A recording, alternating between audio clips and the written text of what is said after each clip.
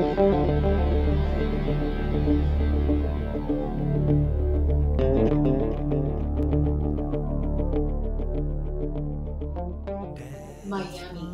a beautiful city full of people from all over the world.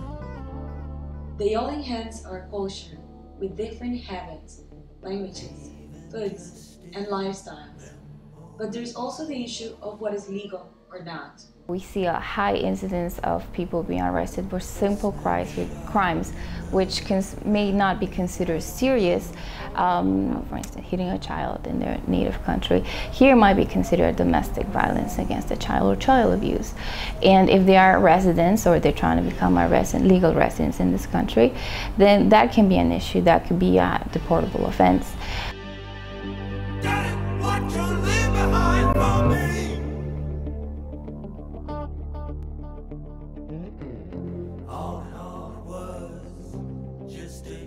Her car, I was a call signer on her car, unpaid parking tickets, and since it was under my name too, I got the bench warrant also. Same as her, but she was already out of the country. She left the country by that time, and I didn't know that. And it was funny because I renewed my driver's license and renewed my tax and everything, and nobody told me you got a bench warrant on.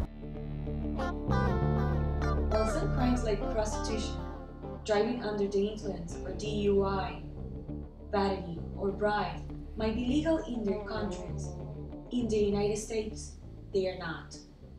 I had a neighbor who was in Miami Beach, and he was married back then. He had lived in America for about 3 years since that happened, and once he was driving on Biscayne Boulevard, he saw what I thought a beautiful girl, looking and smiling. He decided to stop and invite her over to the car, without realizing she was a police undercover. Well, he ended up in jail. The immigrants have to be aware of US laws and regulations. The same way they need to learn how to drive or to speak English. They have to understand this is a society of laws. Now, whether there's enough information for people out there to know about what crimes may be considered serious, which can affect either the status in this country or their ability to legalize in this country, there isn't enough. There should be more.